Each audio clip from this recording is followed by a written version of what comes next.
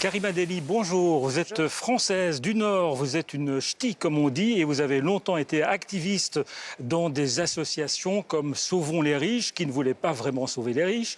Aujourd'hui, vous êtes députée européenne dans le groupe des Verts et vous êtes présidente de la commission transport et tourisme du Parlement européen. Alors au bar de l'Europe, je vous ai servi un petit lait parce que vous buvez du petit lait depuis que vous êtes parvenue à dégommer Rovana Plump, la candidate commissaire européenne au transport. Elle est roumaine, elle n'a même pas été auditionnée, vous l'avez recalée ici au Parlement européen. Qu'est-ce qui clochait ?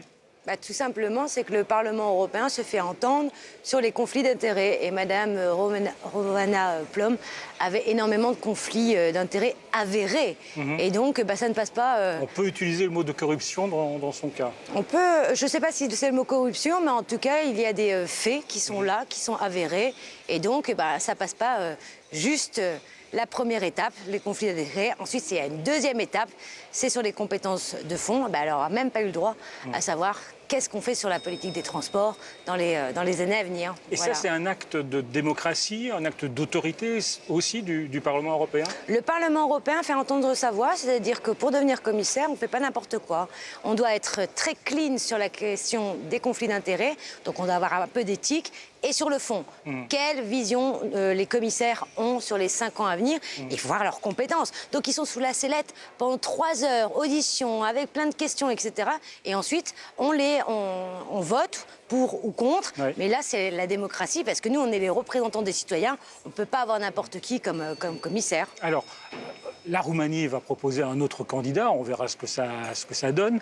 Mais le portefeuille de commissaire au transport, c'est un portefeuille crucial, selon vous, notamment dans la lutte pour le climat? C'est majeur et c'est primordial.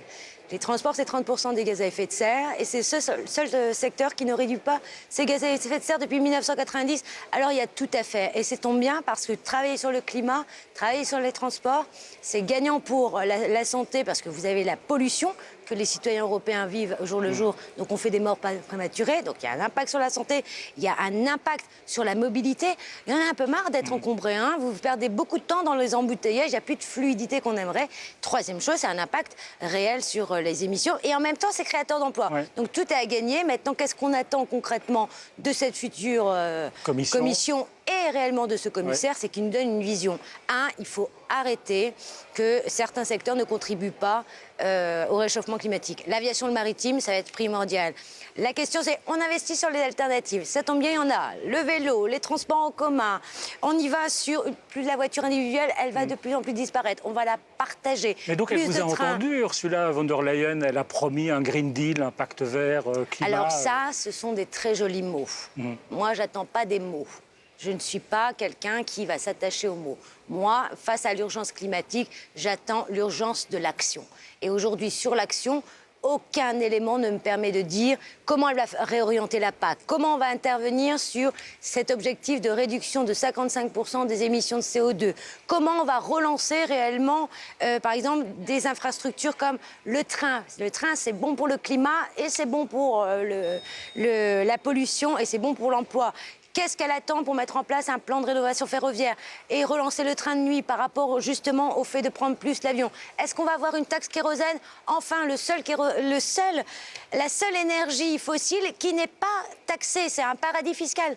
Et comme tous les paradis fiscaux, ça nous prive de recettes pour investir dans la mobilité durable et intelligente. Vous voulez taxer ces pauvres touristes qui vont en vacances en Tunisie, en avion Mais d'une part, ce n'est pas vrai, tous les secteurs doivent absolument contribuer et cette contribution, c'est 27 milliards par an. On peut en faire des choses avec 27 milliards. Alors, je vous montre 2 photos.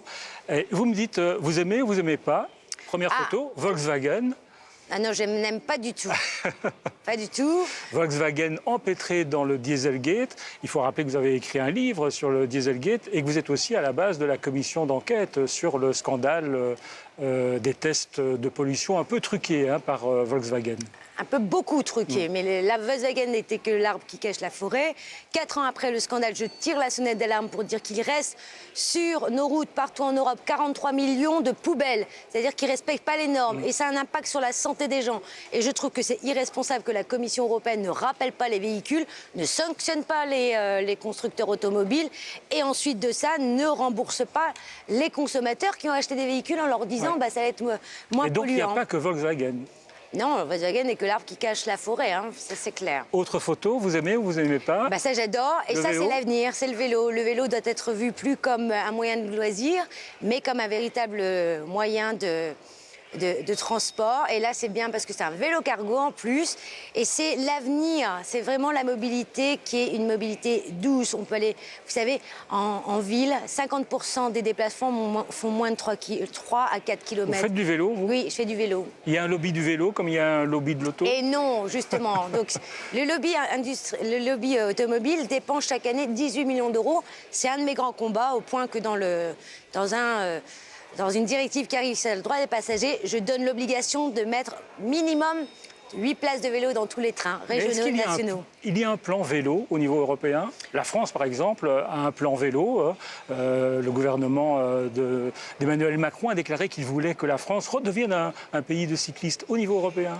Au niveau européen, on a la plus grande piste cyclable au monde. C'est ce qu'on appelle l'Eurovélo, c'est l'Euro 6, et qui traverse 10 pays. C'est extraordinaire pour le tourisme parce qu'on ne fait pas du tourisme en voiture, on le fait à vélo ou à pied, donc ça c'est bien.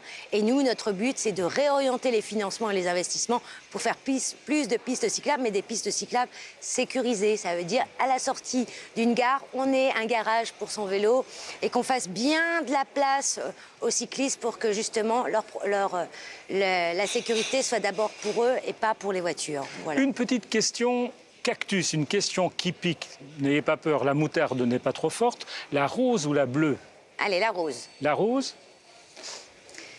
Et vous la lisez à haute voix? Alors, très simplement, faites-vous du barouf. Et oui, je vais continuer à faire...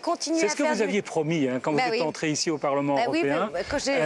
Vous étiez toute jeune, vous l'êtes toujours, et vous avez dit « je veux faire du barouf ». Eh bien, je continue, c'est-à-dire que tous les sujets sur lesquels qui méritent attention et qu'on en parle, il faut monter des campagnes, je le fais. Je l'ai fait sur le diesel. Personne ne voulait en parler. On a monté la première commission d'enquête sur le Dieselgate. Il n'y avait pas eu de commission d'enquête depuis 16 ans au Parlement européen sur un scandale sanitaire.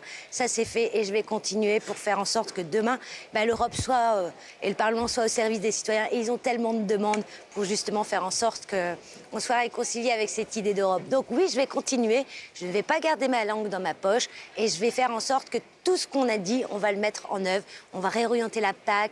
On va faire en sorte que demain, il y ait plus de trains, plus de vélos. On va faire en sorte que ces accords de libre-échange qui sont du grand n'importe quoi, ça cesse. Alors, on va peut-être pas tout gagner, mais on va essayer. Voilà, vous aviez 45 secondes pour répondre. Paris est réussi. Merci Karima Delli d'être venue au Bar de l'Europe. Continuez à faire votre barouf et buvez du petit lait.